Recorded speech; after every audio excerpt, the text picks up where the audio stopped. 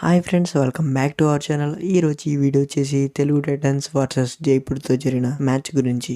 ఈ మ్యాచ్లో తెలుగు టైటన్స్ బాగా ఆడిందనే చెప్పుకోవాలి. సందీప్ దుల్ అయితే హై-5 చేశాడు, పవన్ షరావత్ సూపర్ 10 చేశాడు, 12 right points plus 2 tackle points కూడా చేయడం జరిగింది. ఫస్ట్ హాఫ్లో అంత బాగా పర్ఫామ్ చేయని టైటన్స్ మ్యాచ్ ఫినిష్ అయ్యేసరికి చాలా బాగా అయితే ఆడిందని చెప్పుకోవాలి.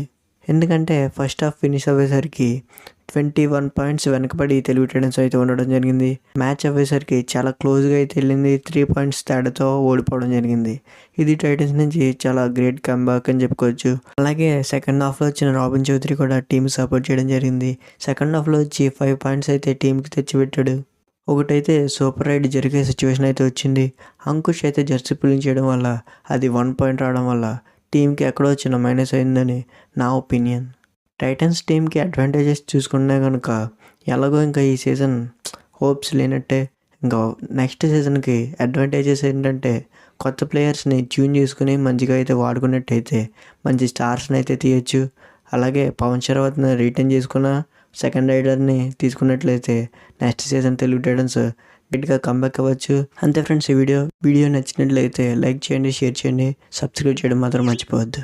ఎందుకంటే చాలామంది చూస్తున్నారు కానీ అసలు సబ్స్క్రైబ్ చేసుకోవడం లేదు. ప్లీజ్ కొంచెం సబ్స్క్రైబ్ చేసేయండి.